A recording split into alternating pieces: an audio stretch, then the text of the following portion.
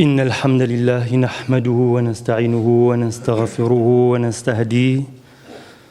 ونعوذ بالله من شرور أنفسنا ومن سيئات أعمالنا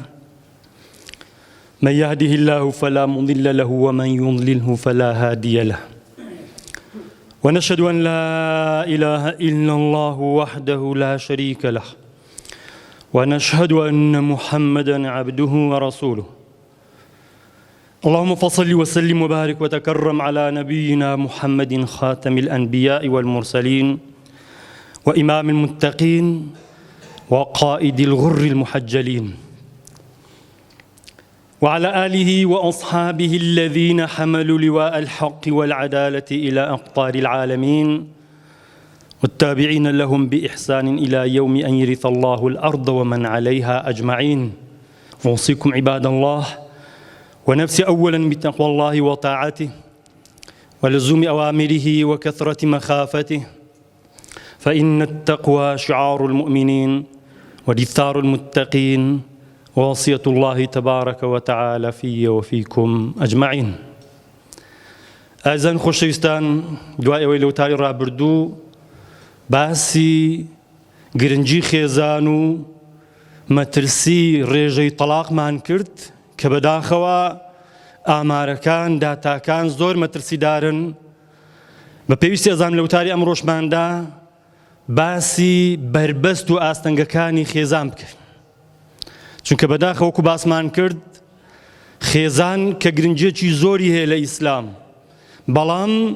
خەریکە بەهۆی هەندێ فاکتەر و بارودۆخی تایبەتەوە زۆرێ لە خێزانەکان لێک ئەترازێن حاڵەتی جابوونەوە بووە بە دیاردە و ڕێژەکەی لە بەرزبوونەوەدایە. جا بربەستی خێزان یاخود ڕاستتر بڵێین هۆکارەکانی هەڵوەشانەوەی خێزان زۆرن کە ناتوانین لە وتارێک و دوا هەمویان باس بکەین بەڵام گرنگترینیان و سەرەکیترینیان لە وتاری ئەمڕۆماندا بە پشتیوانی خوای پەروەردگار باسەکە. گومانی تێدانیا خاڵی یەکەم هۆکاری زۆرێک لە فەشەل و هەڵوەشانەوەی خێزانەکان بریتیە لە پابەند نەبوون بە بەرنامەی خوای پەروەردگارەوە. چونکە هەر کەسێ پابەند بوو بە بەرنامەی خوای پەروەردگار خوای گەورە ژیانی خۆش ئەکات. خوای گەورە بەرەکەت دێختە ناو ماڵ و خێزانی. خوای گەورە ئەفەرمێ من عمل صالحا من ذكر أو أنثى فلنحيينه حياة طيبة. هەر کەسێ پابەند بوو بە بەرنامەی خوای پەروەردگار کاری چاکەی کرد ئەوە خودا ژیان حیاتون طیبەی پێ ئەبەخشێ ژیانێکی چاک و پڕ لە خۆشی و کامەرانی. بە پێچەوانەوە خوای جەلە جەلالوه ئەفەرمێ ومن أعرض عن ذكري فإن له معيشة ضنكا. هەر کەسێ پشتی لەم دینە کرد لە یادی خوای پەروەردگار کرد خدا ئەفەرمێ ژیانێکی تاڵی پێ ئەبەخشێ پڕ لە کێشە و مەشاکیل و کەم و کوڕی. جا زۆرێک لە خێزانەکان بەدەستی تاوان و پابەند نەبوون بە بەرنامەی خوای پەروەردگارەوە ئەناڵێ چونکە پێغەمبەری خوا فەرمی صلی الله علیه وسلم ما توادى اثنان في الله فتفرق بينهما إلا بذنب يحدثه أحدهما. هەر کاتێ خێزان یەکتری گریان هەر کەس دوو کەس یەکتریان خۆشویست جا شەریکایەتی بوویان هەر شتێکا و بە تایبەتی خێزان ئەفەرمێ خودا ئەمە لێک جودا ناکاتەوە تەفرەقە ناکەوێتە نێوانیان ئیلا بەهۆی گوناحێکەوە کە یەک لە هەردووکان تووشی بووینە و بوویتە سەبەبی ئەوەی کە ئەم خۆشەویستی و ئەم دۆستایەتیە تەفرەقەی تێبکەوێ و نەمینێت. کەواتە یەکێ لە هۆکارەکان ئەوەیە پابەند نەبوون بە بەرنامەی خوای پەروەردگارەوە. هەر خێزانی کێشەی هەیە با مراجعی خۆی بزانن لە چیەوە گوناحی زۆرە با ئەگەر ئێوێ کێشەکانی حەلبی ڕوو لە خوای پەروەردگار بکات و مراجعی خۆی بکات تۆ بکە بزانێ خوای گەورە چۆن بەرەکەت ئەخاتە ناو ماڵ و خێزانی. هۆکاری دووەم ئەم تەکنەلۆژیایە ئەو هەموو ئامێری پەیوەندیکردنە. بەداخەوە ئەڵێم تەکنەلۆژیا تۆڕە کۆمەڵایەتیەکان دەورێکی خراپیان بینی. ئەم ئەنتەرنێت و تەکنەلۆژیایە کە گەورەترین نیعمەتی خوای پەروەردگارە بۆ بەشەریەت واللهی نیعمەتێکە ئەوەیە هەر تۆ شکری خوای پەروەردگاری لەسەر بکەی ئەگە بزانی بە چاچی بەکاری بێنی بۆ خزمەتی مرۆڤایەتی بەکاری بێنی تۆ سەیر کە چ داوایەکی پێ ئەکرێ مەسیجێکت هەیە بە لەحزەیە بە ئاسانترین شێوە ئەینێری بۆ هەموو جیهان بۆ هەموو ماڵێک بۆ هەموو خەڵکێک بەڵام بەداخەوە ئێمە نەمانتوانی ئەم تەکنەلۆژیای بۆ خزمەتی مرۆڤایەتی بەکاربێنین و سوودی لێ وەربگرین بەڵکو بە سەبەبی هەڵوەشانەوەی زۆرێ لە خێزانەکان بەهۆی پەیوەندی ناشەرعی و بەهۆی هەندێ نامە و ئەفلام و هەندێ مکالەمات جا وەکو ئامارەکان نیشان ئەدەن کە ڕێژەیەکی زۆر بەهۆی ئەم تەکنەلۆژیاوە خەڵک تووشی لێکترازان و هەڵەوشانەوەی خێزان بوو خاڵێکی تر بەهۆی تەداخولی خارجی زۆر جار ئەبینی خێزان کێشەی نییە بەڵام لە دەرەوە تەداخولی ژیانی خێزان ئەکە ئێجا لای مارەخەس و خەزوورا بیان دۆست و برادەران بی کەوا ئەکەن ئەم خێزانە لێک بترێت چەندین کێشەی خێزان هەبووە پیاوەکە ئەڵێ وەڵڵاهی خێزانەکەم هیچ عیبی نییە بەڵام دایکی لێ ناگەڕێ باوکی لێ برای خوشکی فلانی تەداخول ئەکات ژیانی لێ تێکەدا یان بە پێچەوانەوە زۆر جار ئافرەت ئەڵێ وەڵڵاهی پیاوەکەم هیچ عیبی نییە بەڵام خەسووم لێی ناگەڕێ خەزوورم لێی ناگەڕێ فلان و فیسار لە کۆری نابنەوازی دێنن کاکە جاری ترش باسم کرد گوناحە تەداخول مەکەن ئەوان ژیانی تایبەتی خۆیان هەیە لە پەروەردەی مناڵە لە چۆنیەتی بەڕێوەچوونی ئەوانە حەقە نەسیحەتیان بکەن لە ڕووی ئامۆژگاری بەڵام مەبەستم لە خراپەوە تەداخول مەکەن چونکە وەک پێشترش باسم کرد پێغەمبەری خوا ئەفەرمێ من خەبەبە امرأة على زوجها ئەفەرمێ ئەنا بەریئ من خەبەبە امرأة على زوجها ئەمن بەریمە لەو کەسەی کە ئافرەت و پیاوێک لێک بکە ژنێک بکاتە دوژمنی پیاوەکە یان پیاوێک بکاتە دوژمنی خێزانەکەی یعنی پێغەمبەری خوا صلی الله علیه و سلم خۆی لێبەری کردی خاڵێکی تر ئەتوانین بڵێم خاڵی هۆکاری سەرەکیە ئەویش قەیرانەکان و سەختی ژیان و ئەم بار و دۆخە سەخت و دژواری پڕ لە قەیرانەیە کە وای کردووە زۆرێ لە خێزانەکان تەحەموڵ نەکەن و هەڵبوەشێنەوە بەداخەوە ئەڵێم ئەم قەیرانانە ئەم بار و سەخت و دژوارە کاریگەری بۆ سەرجەم جمگەکانی ژیانە هەیە سیرکەن جوولەی بازار و بازرگانی پەک خستووە کار و کەسابەتی نەهێشتووە خەڵکی بە زۆری بەهۆی بێئیشی و بێکاری سەرقاڵی جگەرە و نێرگلە کێشان و دانیشتن بە دیار تەلەڤیزیۆن و تۆڕە کۆمەڵایەتیەکان و کە لا یوسمین ولا یوغنی من جوع تەنها خەمت پێ ئەبەخش و هەروەها دانیشتن لە کافتریا و چایەخانەکان و قاوەخانەکان و قومارخانەکان و بڕۆ شەوان تەماشەکە ئەو هەموو خەڵکە لە بار و لە نادی و لە شوێنی مەشروبات و جا ئەمانە جگە لەوەی کە کاریگەریەکی خراپیان هەیە لەسەر داهاتوو کاریگەری دەرونی زۆریشیان هەیە بۆ سەر ئەو خەڵکە کە بەبێ ئیشی شەو و ڕۆژ خەریکی ئەو بەزمەیە و هەروەها چەندین کێشەی کۆمەڵایەتی ئەم قەیران و ئەم بارودۆخە سەختە چەندین قەیران و کێشەی کۆمەڵایەتی لێکەوتوتە چەندین خەڵکی تووشی لەشفرۆشی کردووە بەزاری خۆیانە ئاڵێن زۆرێ لەو ئافرەتان لە کتێبی ئۆقیانوسێک لە تاوان بڕۆ سەیرکەن کە مقابلەکان نەکرد ئەڵێ لە ناچاری توش هەرچەندە ئەمە عوزر نییە ئەمە مبەریر نییە بەوەی بەڵام یعنی وای کردووە کە خەڵکێک ئیمانی زەعیفی پەنا بەخوای پەروەردگار توش بووە و چەندین کێشەی شەڕ قەرزاری کوشتن خۆکوشتن بەداخەوە ڕۆژانە ئەبیستین فلان خۆی کوشت فلانی کوشت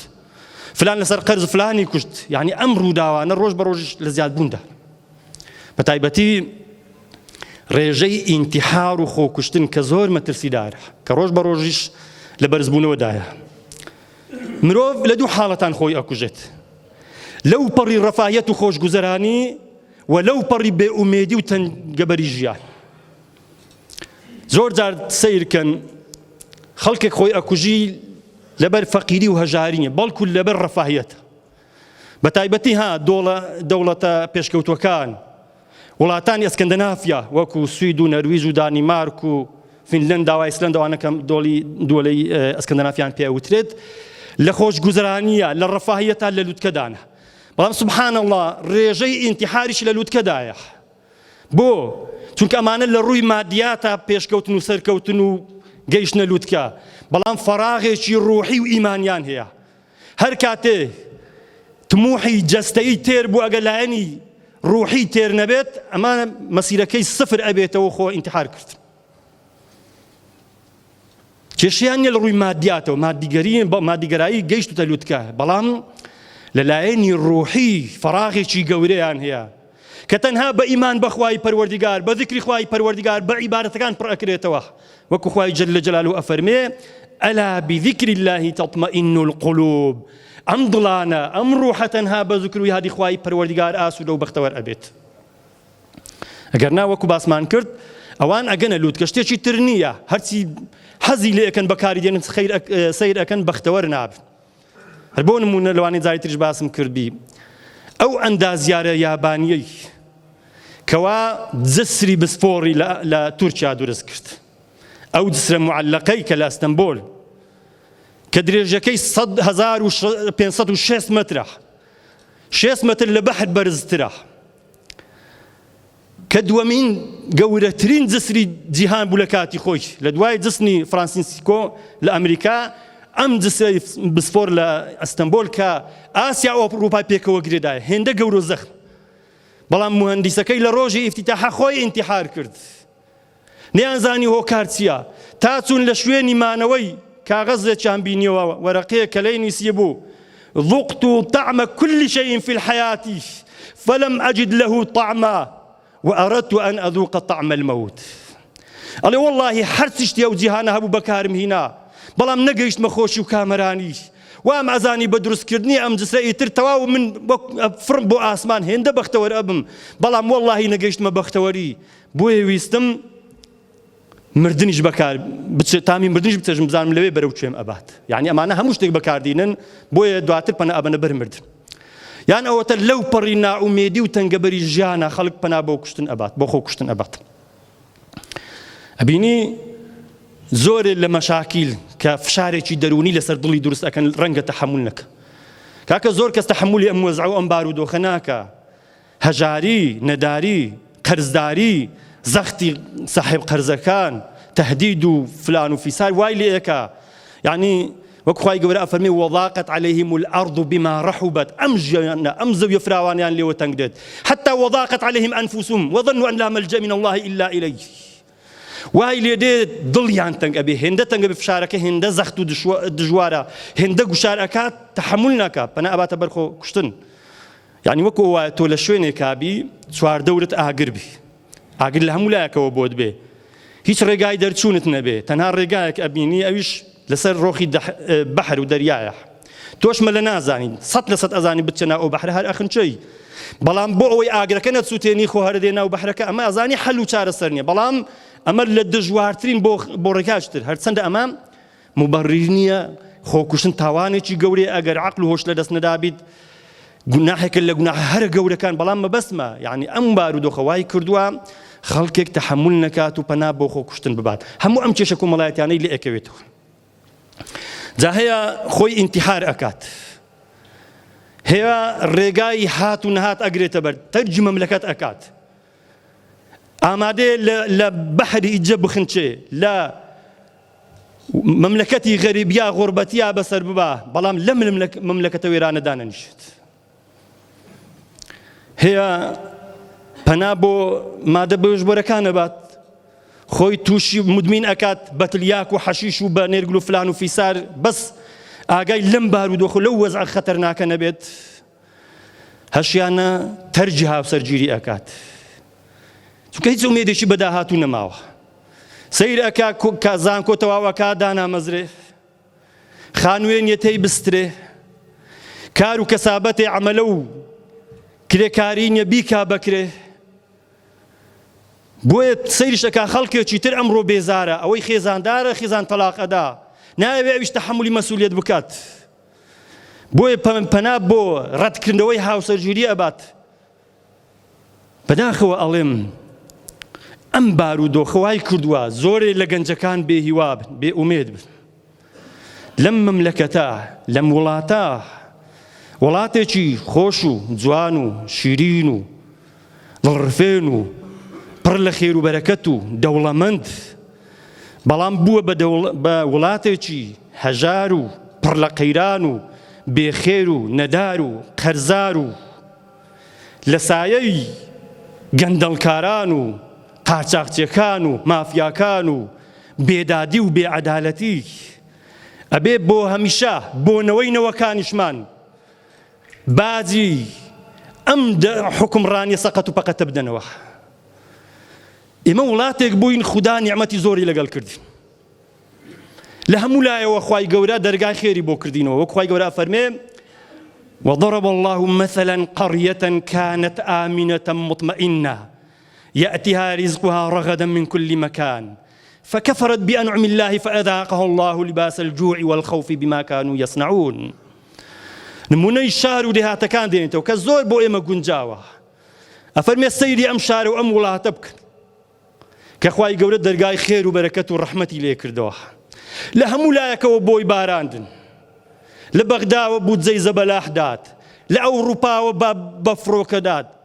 داهاتی ژێر زەوی و سەر زەوی لە ئاسمان ئەباری لە ژێر زەوی هەرە قوڵی بەڵام چی لێ هات ئێمە قەدری نیعمەتمان نەزانی